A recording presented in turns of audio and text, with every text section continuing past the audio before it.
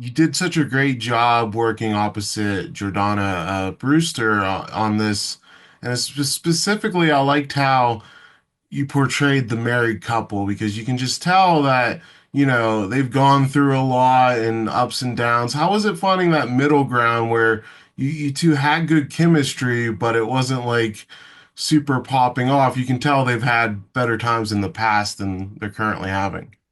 I mean, I don't want to say anything about my own relationships, but you understand, the ups and downs of being in a long-term relationship. And to be fair, it was in the script. It really was. Felt very alive in the way you described it in the actual script. So when that's there, there's not a lot of work to be done. You don't have to make up a lot, and you have a good acting partner like Jordana.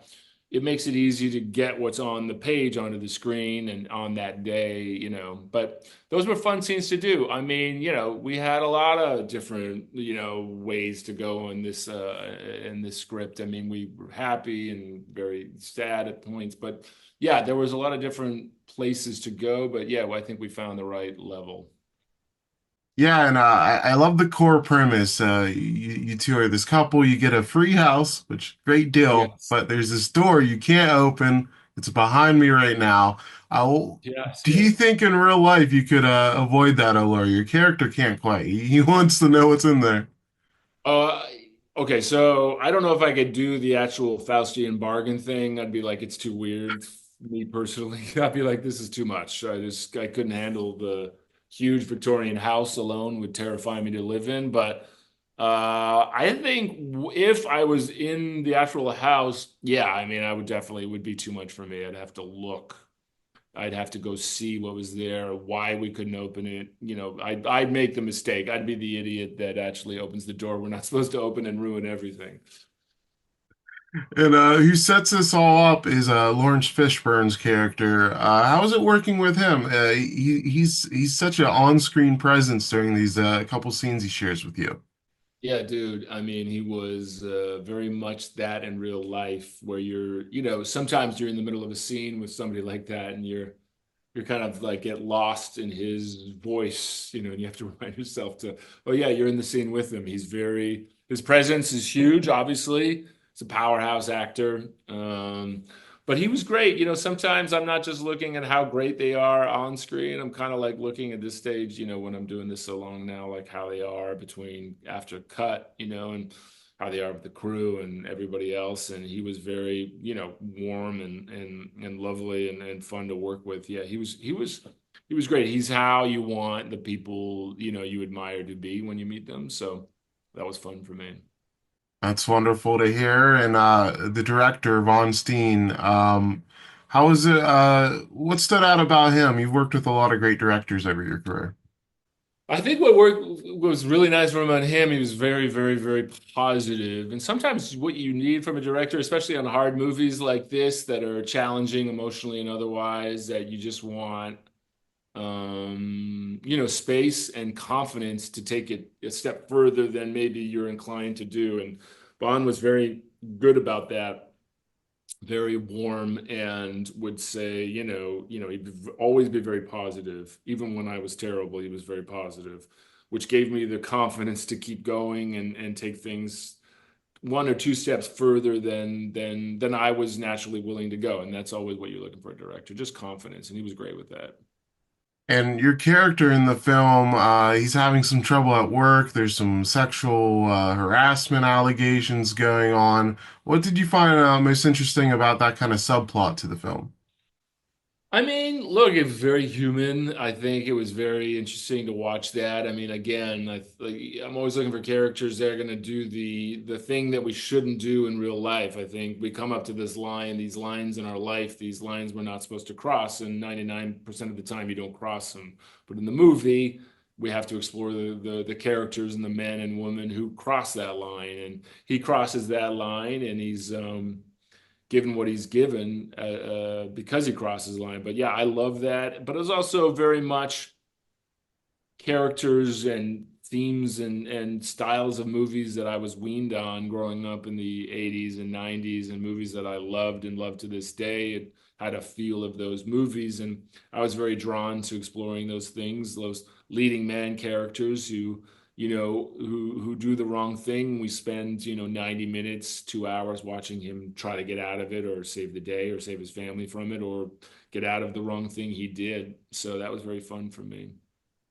And I don't want to get into spoilers, but there's this great twist later on that just recontextualizes everything that happened before near the end. When you were reading the script, what was kind of your reaction when you got across that point? Because it's really a great payoff.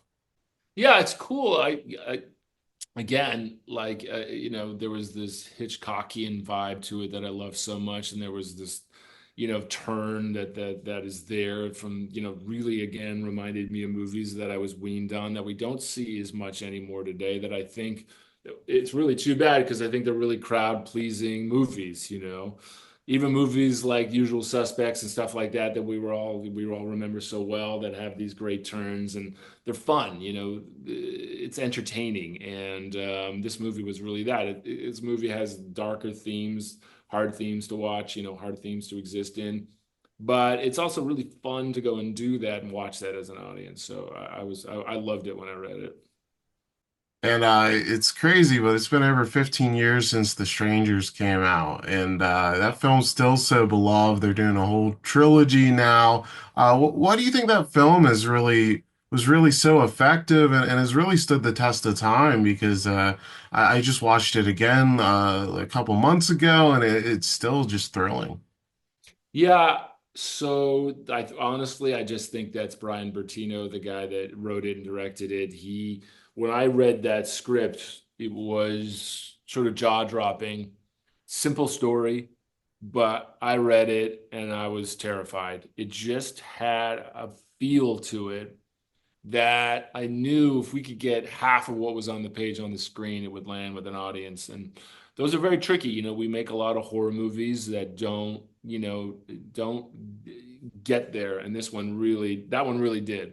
And I think we had Liv Tyler too, and Brian and me. It was just a great group, and we were very lucky with that. That Brian was able to bring his words to the screen. It doesn't always happen, but yeah, that one's a special one for sure.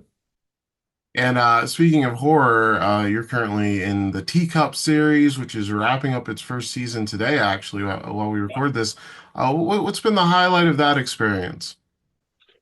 I think working with that group, Ian McCulloch too. I've known Ian a while personally, and just to watch him get to do his first TV show, which is, always scary, always challenging, and he did it with such grace, and he did such a great job, and he's getting paid off for it now.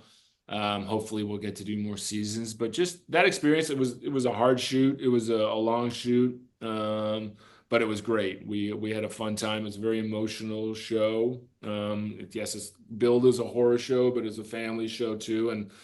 And getting to work with Yvonne and the kids and everybody else, Chaske, everybody else, it was great. So that was a special one. You don't have that many that when you finish, you're gonna miss that whole group, but that was the case with this one. And my last question with for you, I grew up a big fan of Felicity, and that show still has so many fans. How has it been just watching that legacy and that show still being fondly remembered? Yeah, I mean, I just watched it recently for the first time since I saw the pilot in 1998. I did a podcast, and so I saw 3 episodes and was blown away by the episodes. I thought they were beautiful, and just I get it. I mean, just the way it was shot, the way it was cast. I mean, it was J.J. Abrams and Matt Reeves' first TV show, and obviously those guys are so talented, and to see all the care they put into that show was pretty beautiful. I was blown away. The film, like it was shot on film, you know what I mean? It just has this richness. I mean, they really wrote amazing for me and Carrie and Scott and everybody else. Like, it's a special show for sure.